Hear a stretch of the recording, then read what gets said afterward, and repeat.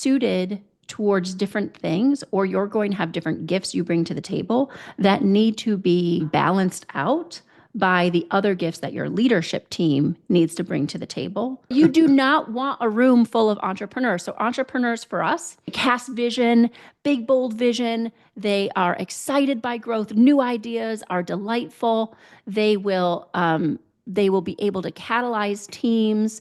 They usually have an eye for talent. They're very high risk tolerant, and they're willing to invest in their dreams. The flip side of the entrepreneur is shiny object syndrome. Chase that, chase this. And if they aren't bridled a little bit, they chase down every idea and didn't have enough staying power to pursue an idea to its completion. Welcome to the Perpetual Growth Podcast with Zac Palmer, the show where we explore the strategies, insights, and stories that empower you to grow your business, strengthen your relationships, and elevate your health.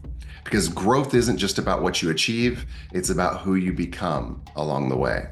Today's guest is someone who lives and breathes business transformation. Madeleine MacRae is the founder of the Legacy Leadership Institute and Home Pro Toolbox, a powerhouse consultant who's helped businesses in nearly every major U.S. market cross the $10 million mark in annual sales. With almost 2 decades of experience, she's a strategic growth architect, a sought-after speaker, and a force in helping businesses turn stagnation into scalable success. Madeleine's not just about revenue.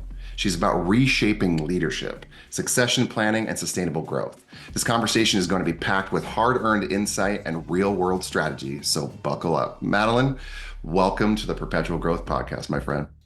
Well, thank you so much for having me, Zac. I'm delighted to be here. I'm really grateful to have you and super excited to dive in and share all the value, beauty, and brilliance that you have to bring. I always like to start with this question, Madeleine, because I think it reveals a lot about who somebody really is. What does growth mean to you right now in this season of your life? I think that growth it's a very trite way of looking at it. It's been said 5 million times, but it's being profoundly comfortable living in profound discomfort, because there is absolutely no growth without the uncomfortable stretch. And I always talk about with my clients, and when I'm speaking, about the comfort zone is fine. It's a great place, right? It's called the comfort zone for a reason, because it's cozy in there and it's nice and you feel good. But the discomfort zone, that's the growth zone. And in this stage of my life, there's dynamic growth in so many different aspects, and I'm uncomfortable all the time. And when I'm uncomfortable, I tell myself, killing it, girl, you're just doing it just right, because it's easy to misinterpret discomfort with incorrect action or with misaligned action or doing it, quote, wrong. And that's what growth means for me, being continuously aware of where I'm in the discomfort zone, where I'm uncomfortable, and continuously interpreting that as living at the edge of my growth. Mm-hmm. Yeah, I wholeheartedly agree. I mean, all growth happens at the edge of or outside of our comfort zones. Okay. Now, here's something that's ironic, and I'm curious if you've seen this with your clients, is, as it pertains to the comfort zone specifically. Mm-hmm. Sometimes the comfort we are conditioned to is uncomfortable, but it's the devil that we know, if that makes sense. Yeah. Yep. So how are you helping clients push through the devil they know so that they can pursue the one they don't? Yeah. So I have a really fantastic hypnotherapist who's a very dear friend of mine, who always tells me that the subconscious mind will confuse, misinterpret the familiar for the safe. It's why we see people, just outside of business, why we see people continuously pursue abusive relationships or pursue things that they know are damaging to them, because it's familiar to them. And familiarity and safety are felt, interpreted as synonyms in our subconscious mind. So when you are needing to push through, when you're living in that space of the familiar that but it's really uncomfortable because you've outgrown, usually, I'm sure that when you shed your skin, if you're a snake and you have to shed your skin, it's not very comfortable in the moment before you shed your skin. But that moment, if you stay inside of the skin that you have, you're going to die, right? It's going to kill the thing that's next because you've grown too big to inhabit the current space. So what we continuously do is we look at business owners in three different types of, we call them avatars, right? Three different styles of people, and different people need different things to continue to have the motivation to proceed, right? Some people need to be drawn back to their vision. Some people need to see the practical layout of the whole steps, all the stairs ahead of them. Some people need to see how it's going to up level the work product that they deliver. And so our team is highly trained on being able to tie back that motivational component back to the business owner so that they have the sustainable courage, because it's not confidence. When you haven't done it yet, it's not confidence. Confidence comes second. It's just courage. You have to have courage to take that next step and take that next step. And it's going to be, it's choose your hard, right? You're going to be uncomfortable staying where you've outgrown the space, and you're going to be uncomfortable inhabiting a new space until it's not uncomfortable anymore, right? So we have very highly trained, we call them co-pilots. Those are our fusion of consultant, coach, and trainer who will hold that client accountable for taking those next steps and also give them what they need to sustain the courage along the journey. Mm. I love that, and it's so fascinating because I relate to that a lot because that's the same principle and practice that I take in my consulting. Is I always say that I'm a fusion between a coach and a consultant. I'll pivot between those two hats because Sure. one's more pragmatic and direct, and then the Sure. other is helping deal with and process a lot of those, internal dialogue, the conversations that we're having with ourselves, and Sure. ensure that we're, maintaining the right direct trajectory. Um, to talk a little bit more about the three archetypes that you Yeah. mentioned and how they are showing up in business and maybe what you are doing to help people. Well, I guess the archetypes are also they're gonna showcase both the strengths and potential weaknesses, I presume. So Yes, they talk a little bit do. more about how they show up. They sure do. So we look at it as three different archetypes of owners, because we deal with not necessarily first stage entrepreneurs or founders. We also deal with people who've bought franchises. We deal with people who have generationally taken their businesses or who have purchased businesses from founders or from second generation or third generation owners. So we deal with a wide scope of clients, and our clients, just for a perspective for your listeners, they're generally going to be past $1 million, $1 to $2 million in annual revenue, up to about 15 million is where we'll take people when they enter in, and we take them up to that next growth level, right? So we see those predictable patterns in businesses. You hit a plateau at 1 million, 2 million, 5, 10, 25, and we will help you build through to the next plateau, right? Not to the very Mhm. next one, but to the next one that you can achieve. So that's kind of our jam. That's what we do. We're extremely good at it. We have a entire system called progressive intelligence. We call it ProQ for short because you've got IQ, EQ, now ProQ to measure the intelligence of the business. And one of my goals is for that to be Wikipediable. At some point, it shall be. We shall see when. But the idea is that because an owner has to assume both leadership and management skills, both being able to cast a vision and hold people accountable towards that vision, you have to understand where you're beginning. And that's what we always start with. We do a 2-day deep dive. And one of the things we teach profoundly during the deep dive are these three archetypes. So the three archetypes are the entrepreneur, the artist, and the manager leader. And you are often very predominantly one with a side helping of some of the others. It's a very important thing to know which one you are, because you're going to be suited towards different things, or you're going to have different gifts you bring to the table that need to be balanced out by the other gifts that your leadership team needs to bring to the table, dependent on what you're primarily bringing, right? The temptation of most people is to hire people that they like, that they jive Mhm. with, that they have the same gifts as, but you People don't are want like that. them, That right? people Yeah. just like them, right? Yeah. But you do not want a room full of entrepreneurs. So entrepreneurs for us are the people who they cast vision, big bold vision. They are excited by growth. New ideas are delightful. They will They will be able to catalyze teams. They usually have an eye for talent. They're very high risk tolerant, and they're willing to invest in their dreams. The flip side of the entrepreneur is shiny object syndrome. Big ideas excite them. So chase this, chase that, chase this. And if they aren't bridled a little bit, right? Trained in a little bit, they will die broke because they chased down every idea and didn't have enough staying power to pursue an idea to its completion. So yeah, I mean, that's super important on so many levels. Like, I mean, what's interesting about this too, and for the audience listening, this happens at all levels. Like, it's not just the startup entrepreneur. I mean, I've seen this happen with owners of 9-figure businesses. sure. And, thankfully the teams around them have learned how to, effectively kind of pull back the reins, when to dismiss an idea, when to push back. And I know firsthand, at least for me, it can be exhausting at times. And I'm, oftentimes also that person. So it's interesting being on right. On both both sides of sides. the coin, right? I'm a high entrepreneur. I am a high entrepreneur. And I have for sure gotten distracted by an exciting idea, right? I see extreme potential in all people. That's a beautiful gift, but it sucks when you're hiring because you cannot hire on potential. You have to hire on capacity to execute the skill that you need, right? Same thing with firing too, though, right? Because I mean, it makes it even harder to want to let people go when you have this belief that they're capable, when they're capable of more, but they don't always know it. Or they're not willing to do it. Yeah, that's right. It's not only a matter of knowledge, it's a matter of what are you willing to give to get to where you say you want to go.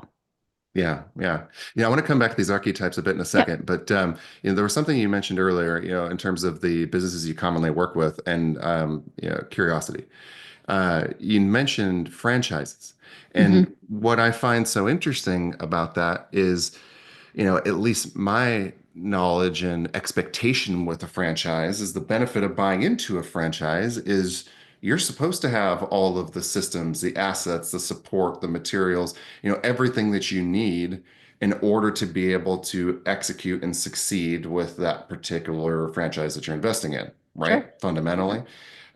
So, if people are being given this success blueprint, that they know it works, what is the chokehold? Is it the execution, or the franchise is lacking in certain aspects of their model and delivery vehicles and systems? Like, are they trying to figure out how to scale? To talk a little bit more about how you would work with a franchise and what are some of the common obstacles that you run into? Yeah. So I love franchising. I've been in the home service, home improvement space throughout my whole career. And when I gained entry into the franchising space as an industry, I was shocked, delightfully shocked at how warm and welcoming and willing people are to help you understand and break into that industry. And there's a lot of, there's a lot of competition, but there's also a lot of knowledge sharing. And I really have enjoyed it. So for me, the way that we play with franchising, we can do in two different ways. So we can have an individual franchisee, someone who's purchased their franchise, built it up to $1 million and 2 million maybe, and says, hey, I think I want to do more. And they can come and work with us privately. That's just like any other business owner, right? Yes, they were given a blueprint, but you sign a franchise agreement, you're in it for 10 years. They might be 7 years in and they've kind of plateaued because they've done everything that they know how to do. They've utilized all the resources that the franchise has given them. And now they're churning because there is a huge, huge, huge shift in what you need to do to build a $5 million company versus a 10, what you need to do to build a $2 million company versus a 5. And if you're plateauing, what that means is that congratulations, you've built a business perfectly designed for the level that you are. And what that means is that the owner has, or the franchise holder, the franchisee has executed well, extraordinarily well to their capacity. And in order for them to have that breakthrough moment and get to that next plateau, that next tier, they have to do something differently. and you Mhm. cannot see the picture when you're inside of the frame. Interesting. So, talk me through this because the part that I find maybe a little bit of a dichotomy or paradoxical is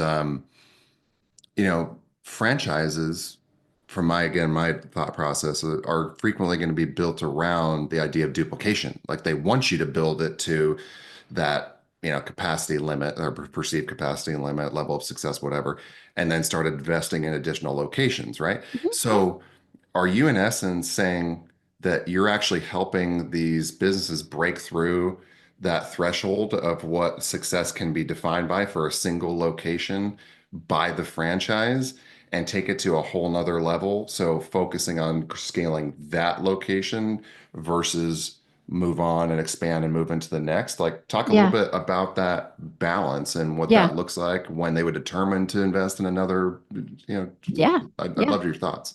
So, though that first group that I explained to you are the franchisees coming to us directly.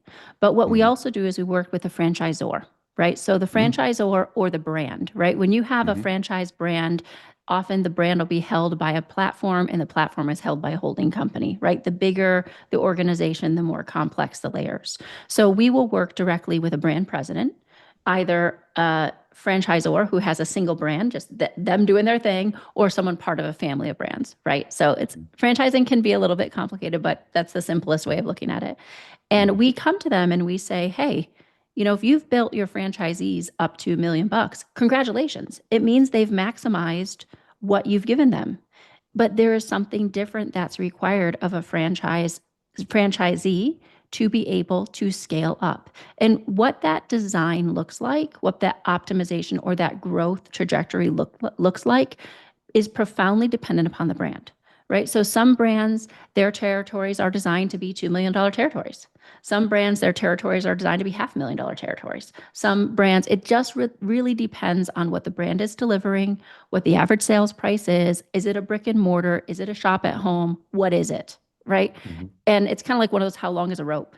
But we use $1 million as our beginning point. But oftentimes, in order for a franchisee to have hit 1 million, they've done a multi-brand move, right? Or Mhm. a multi-unit. You have multi-brand, multi-unit, right? So taking on more than one brand, usually companion brands, sister brands, complementary, or multi-unit, which means that they own more territories, either contiguous or non-contiguous, right? When Mhm. they're non-contiguous, that's harder. But we come in and we look at that business as a totality. We don't necessarily look at it as just individual territories because there's a complementarity in that dynamic. And if it's owned under one owner, then that allows us a lot of room. So we create the growth trajectory, or we call it the strategic plan, right? Pretty standard business term, Yeah. based on what you have today. What did you build? What did you purchase? What have you done with what you've purchased? Sometimes people have bought 7 territories, but they're only doing enough volume to justify one. So great. Mhm. That means we can 6, 10, 10x you, right? Yay, let's go. Right. So Mhm. that's the way that we look at it. And for the value to the franchisor is that they are legally prevented from advising franchisees on hiring and who to hire, how to build their teams. Because there's a law against they'll get sued for co-employment because the franchisee has to be the one to have the employment agreement with their team members. Cannot be to the franchisor, right? So they can't Really, even provide a template or anything. they can provide a job description, they can provide Okay. resources, they cannot Mhm. provide advice, Okay. and they cannot tell that team member what to do. Mhm. Right? Could get in really hot water that way. So we have no such limitation. Yay, Yeah. right? Yeah. So we Yeah. go in there, we will actually run interviews for people because oftentimes people are missing their higher level leaders. They built Mhm. out great teams. Now it's time to bring in higher level leadership to help expand their organization, Mhm. to solidify what they've done. But it's really there's not a one size fits all approach. One size does Mhm. not fit all. We call our ProQ framework a flexible framework because it needs to bend to meet you where you are so it can lift up the pieces that are a little bit weak and wobbly, and so it can reassert the places that are strong. Mhm. If you've done a fantastic job building culture and you've done a fantastic job, implementing the systems and processes that either that you've designed yourself or that you bought through your franchise, but you can't seem to break through, we can come in and assess what it is that you're missing, and what you need to do. We actually look at um, an organization across what we call the big four, your four pillars. Mhm. So sales and marketing, finance, ops, and culture. And we will actually score you on what the quality of the design inside of those pillars actually is relative to your business. And you need to score really high in order for us to know that you're ready to scale. Yeah, that makes complete sense. I love the depth and breadth of systems, frameworks, tools that you've built so that you can properly evaluate the current stage of business, the type of person that you're working with, all the subsets and materials. I mean, it sounds like you guys have done a really, really great job of identifying your target market and how you can best complement and serve them. Um, I'm curious too. Are This kind of a two-part question that I think is pretty well related.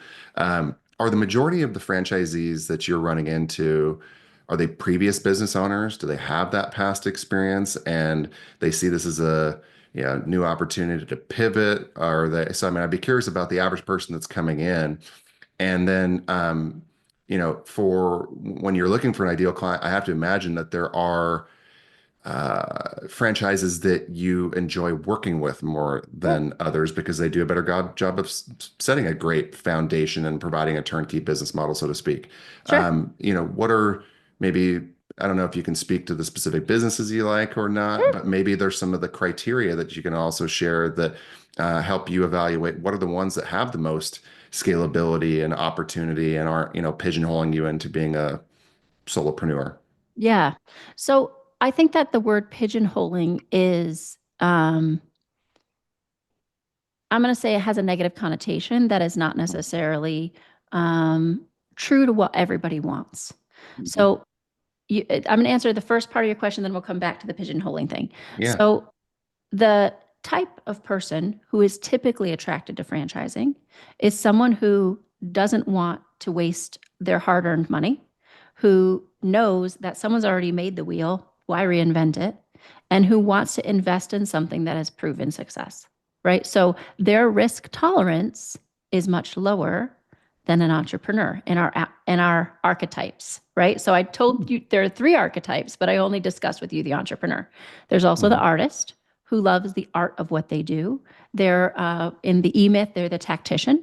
They're the one who loves what they do. I have a lot of artists. It's actually related Mhm. to my artistry is my writing. So I'm an Mhm. author. And if you try and mess with my words too much, I get very, very feisty, right? That fiery Sagittarius will come out to play if you try to F with my words. Don't do it, right? Like I did that on purpose. So my editor Sure. and I have a very good relationship, and sometimes she'll make a little tiny change, and I'll be like, hell no. I'm not, no, I said that I did that on purpose. I know it's bad grammar and it's on purpose. So I'm very, very protective of my art when it comes to writing. I'm also coachable, right? So I have book coaches, I have writing coaches. I lean in to sharpen my skill. When you have talent plus skill and you add more skill on top of it, ooh, that's fire. So Mhm. artists really love the art of what they do. They love the Mhm. creation, and they have a tendency to fall in love with their creation more than in the client outcomes, right? Mhm. So, I could write a book that no human ever purchased. I would still love it, right? Mhm. Um, and then the third archetype, and this is the archetype most often, it's not a whitewash, but I would say 70% of people who invest in franchise organizations are manager leaders. They're they don't like visioning. They are not into the big picture. They want the plan and they want to execute the plan. They're very consistent. They drive the same way to work every day.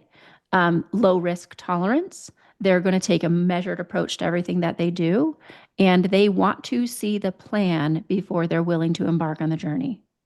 Right. Mm. So a manager leader, if you give them systems and processes, they can make massive incremental improvement, and they love incremental growth. Entrepreneurs, they want exponential growth, period. Artists aren't in it for the growth. They want to see the development of their thing, the realization of that thing that they have in mind, right? So when you ask what type of person are they coming from, business backgrounds, some do, but that's not the usual profile. The usual profile of a person who invests in a franchise is someone who has been diligently saving their money. Either they've had a high-powered corporate job and they made money fast, and so they enter in franchising pretty young because they have investable dollars and they just want to build a business that they can then later sell. Or there's someone that's had a long career that they have money that they've saved and they want to invest into the next stage of their life, right? They want a second bite at the apple, so to speak.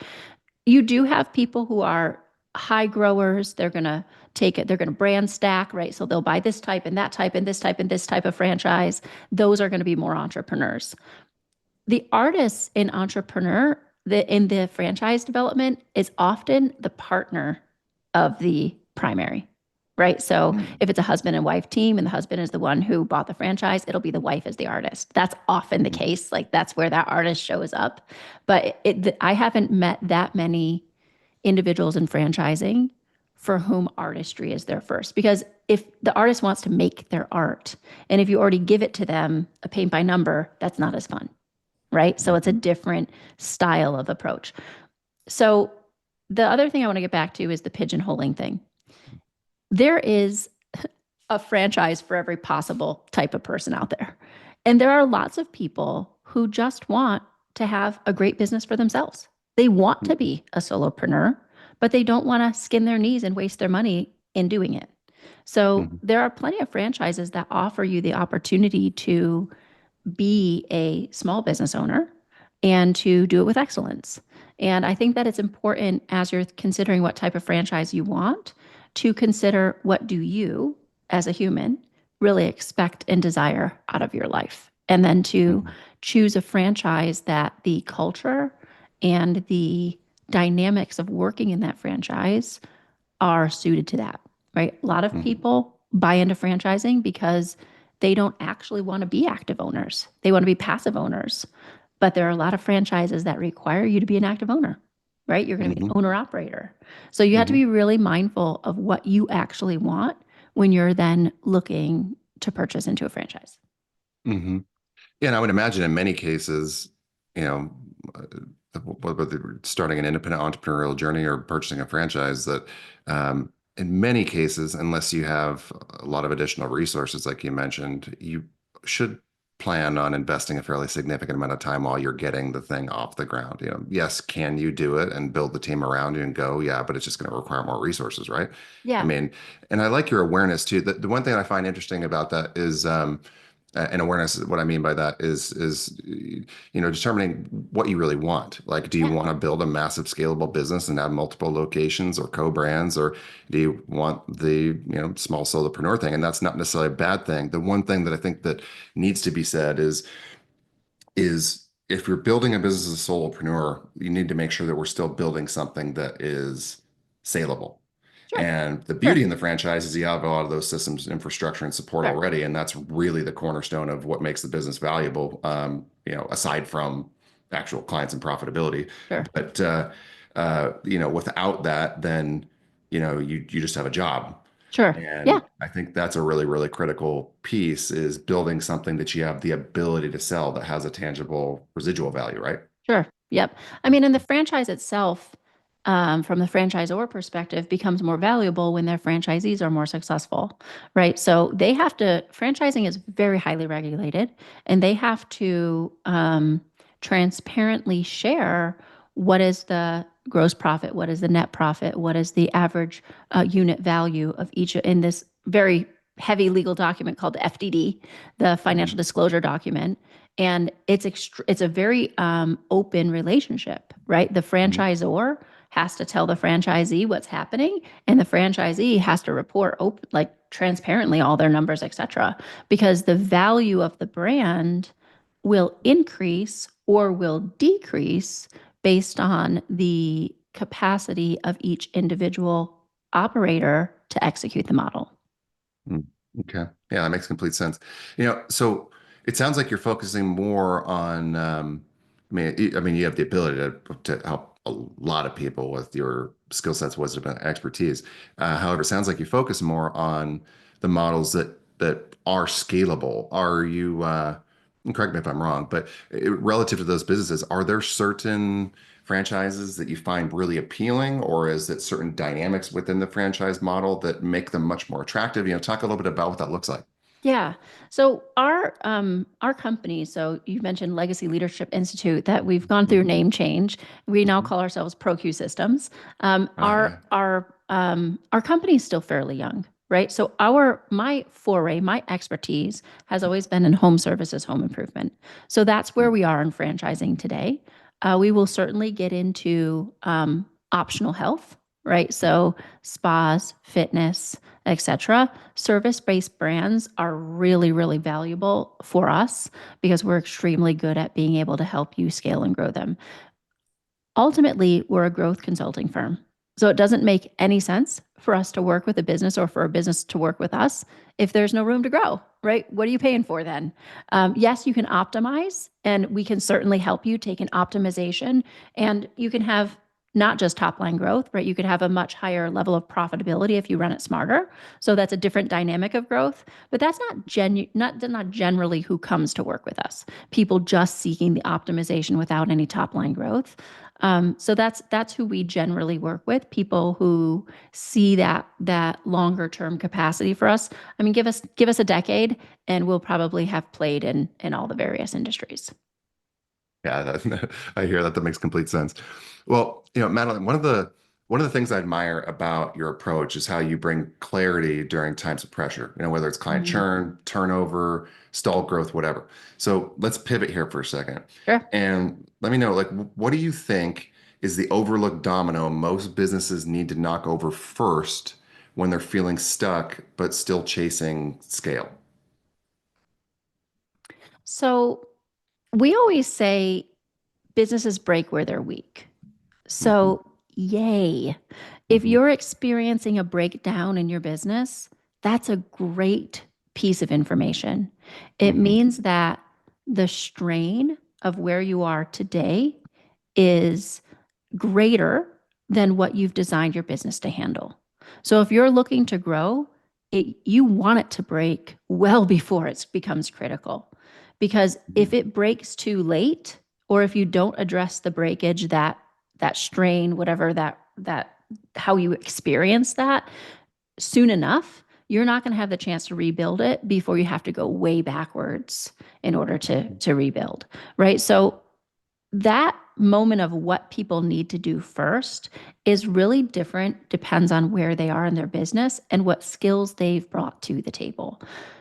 Every owner, every owner, proximity builds their business.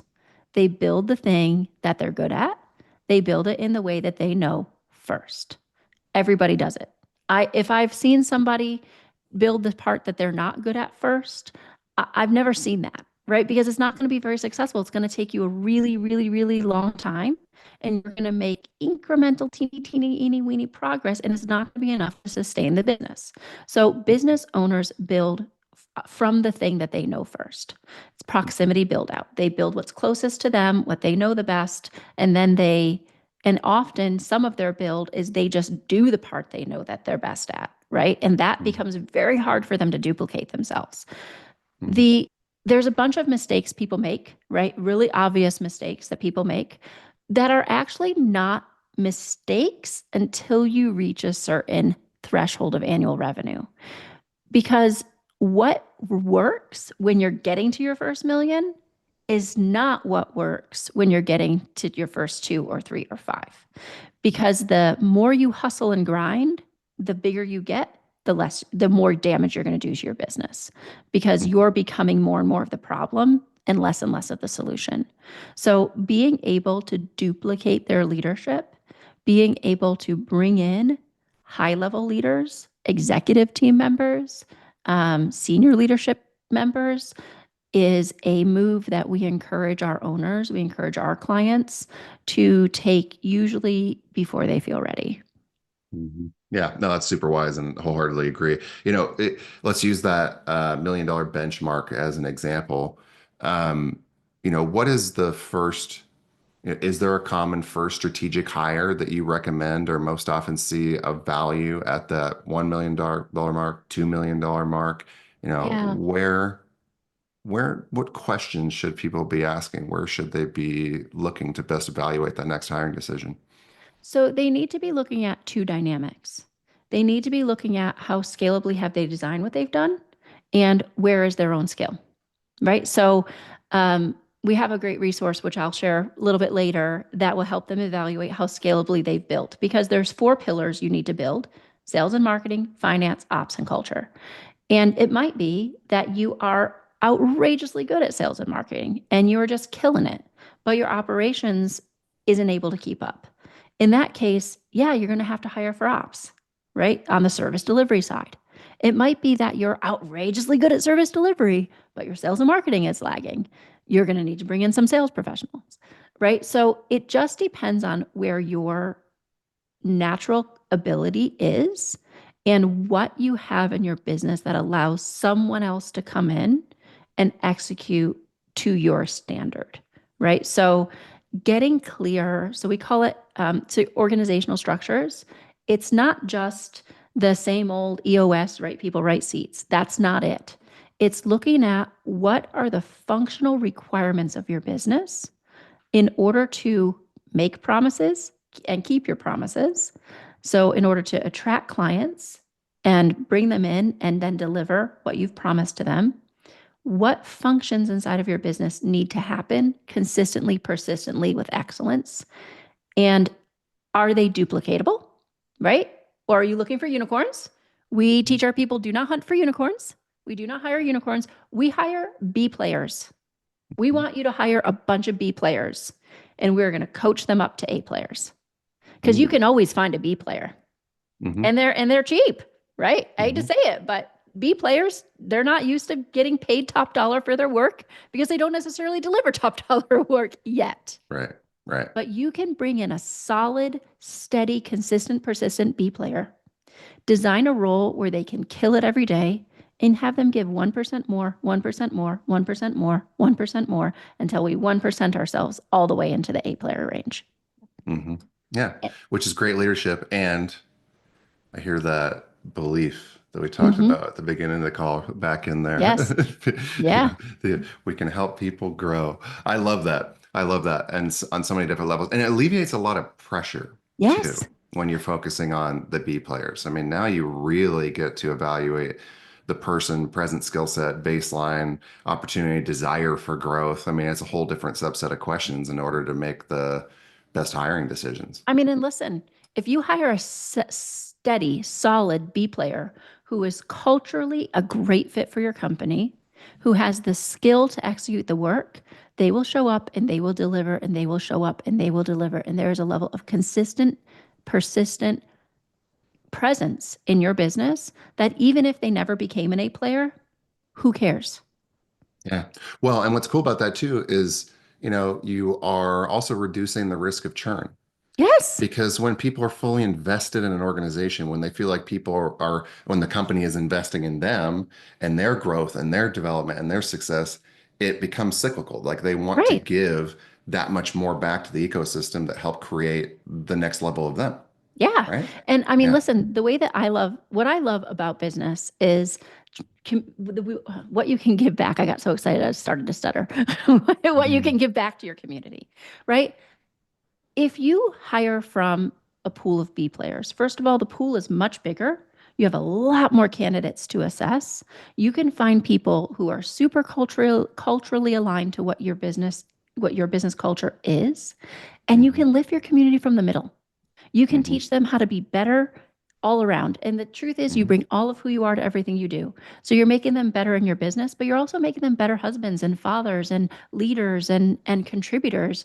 And as their skill grows, as their capacity grows, you're also making them better earners. Right. So you're lifting the community from the middle, and you're not only lifting the community from the best of the best. Do we want to hire the best of the best? Yeah, sometimes we do. But when you're looking at the three words we always preach. It's like, if I said it once, I said it a million times: predictable, repeatable, sustainable. You're going to tell your business where it's going to go. You can do it again and again and again and again and again and again and again, and you can do it for a really long time. If you are leaning on top of the top A players, you're not going to be sustainable because you absolutely will burn people out. It's not repeatable because they're a unicorn. Good luck finding another one. And it's not predictable because, yes, you can count on them to do it, but can you make your business move in that direction outside of that human? Yeah, that makes complete sense.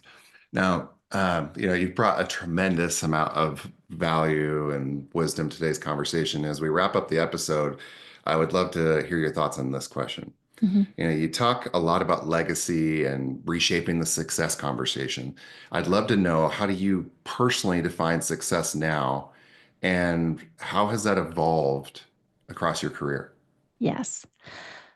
So I love the question of, do you consider yourself to be successful? It's actually the anchor, the final question on my podcast too, because it's such an important conversation. And I feel that the conversation about success transforms as you become personally more successful. Most people who are observing highly successful individuals think that it's about the money. But people who are highly successful don't think it's about the money. Money is nice, of course, but it's not for that purpose. For me, success is about being able to be the most congruent, complete, fully expressed version of who you genuinely are. Not having to live under a mask, not having to pretend, not having to fake it till you make it, living in the firm confidence of who you are as a person without being overly puffed up by your strengths and without being overly deflated by those darn weaknesses. We've all got them. They're just part and parcel of the journey. It also, for me, has a lot to do with the capacity to express your gifts, the capacity to be able to give back what you've been given because you've been able to nurture it and you're serving from the excess. When you have the opportunity to stand in your gifts, refine your gifts, complete them with strength, with skill, strengthen them, you can go so far so fast. But when you're living in a place where you're consistently pursuing things that you suck at and trying to suck less, that's a very slow, hard, heavy journey. And I love the joy of being able to go fast and go far, and to be able to also be very quiet and wait for the right opportunity to present itself. There's a really beautiful dynamic on both sides of the being able to go really fast because you set up all the groundwork and you can take advantage of an opportunity, and having the diligent patience to be able to lay that groundwork for a long time, knowing that it's going to lead somewhere awesome, but not yet being able to press that gas pedal as hard as you want. So it's a very interesting dynamic for me because success is about living in the complete expression of who you are, and that changes over time. Right? There are a lot of metamorphoses that we go through, especially as business owners. Yes, there's threads that stay consistent, but your life responsibilities, the demands on you shift, and that changes how you need to express who you are. Mm-hmm. I love that. That's such a beautiful definition of success. I mean, live in the confidence of who you are as a person. And also, I love how you conclude it with give back what you've been given. I think that is one of the greatest gifts that we can share is wisdom, knowledge, and experience. It's like the idea of the value of paying for speed. If I have the opportunity to save somebody else some pain because of the experiences that I've been through and helps accelerate their path to success, what greater gift can we share? You've shared so much today. I mean, I had some major takeaways like, one, identifying your archetype. Are you an entrepreneur? Are you an artist? Are you a manager leader? And I think it's important for everybody to realize that as you were listening to the descriptions of those, you're like, well, shoot, I'm all three. who are you at your core? You Mm-hmm. know, I'm an entrepreneur at my core who has strong artist and manager leader skills that I've Mm-hmm. developed over 20 years in business. Mm-hmm. And so it's really important to understand who you are at your core so you can become that much more effective in business. It helps you identify what some of your potential points of struggle are going to be, as well as your greatest opportunities. Mm-hmm. And I also like, that you talk about too, determining what type of business you really want. Like, it's okay if you want to be a solopreneur. There's nothing wrong with wanting to have a business that sustains you, brings you joy and fulfillment, earns you a reasonable income, and so on. Or if you want to scale and grow an empire, that's fantastic too. Right. And I like that you talked about looking for B players. I mean, people that we can develop and grow and create a great sense of ownership. And lastly, the predictable, repeatable, and sustainable practices. Like that's what every business is built on. It's not just keep throwing stuff at the wall and seeing what sticks. When we find something that works, build a repeatable, sustainable process around it. Absolutely. Well, Madeline, this conversation was rich with perspective, and thank you for showing up with such clarity and conviction. From scaling sustainability to redefining legacy, you've given our listeners a powerful playbook, not just for growth, but leadership that lasts.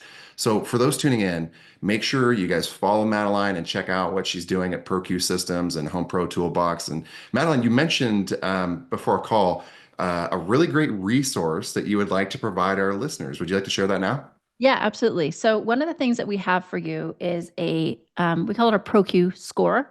So it's a quiz that you can take that's going to help you assess those big four components of your business: sales and marketing, finance, ops, and culture. It's about 10 questions per each. So it's about 40 questions. And yeah, there's going to be I'm killing it on this, I'm doing it great, or not so muchy. And that's okay, right? Mhm. Just tell the truth. It's good. And it's going to give you at the end a score to tell you how scalably you've already designed your business. Where are you in that scaling journey? And then it will there'll be some follow-up resources that you can utilize to help, sharpen up where you need to backfill. But Mhm. starting with clarity is key because you cannot navigate from anywhere other than where you are today. And if you're not clear on where you're starting, your journey is going to look pretty wonky. So proqquiz.com is the URL for it. And if you look at the ProQ quiz, you'll be able to determine your ProQ score. And you can find that proqquiz.com and figure out how scalably you've designed your business. Oh, that's amazing. What a great gift and resource. So make sure you guys check out proqquiz.com and complete the quiz so you can really determine where you're at. And, thank you for all of our guests listening today. Thank you, Madeline, for joining us. As always, if today's episode sparks something for you, don't keep it to yourself. Make sure you share it, leave us a 5-star review so we can reach even more people who are ready for their next level. Now, this is the Perpetual Growth Podcast, and I'm your host, Zac Palmer. Remember, growth doesn't happen by chance. It happens by choice. We'll see you next time.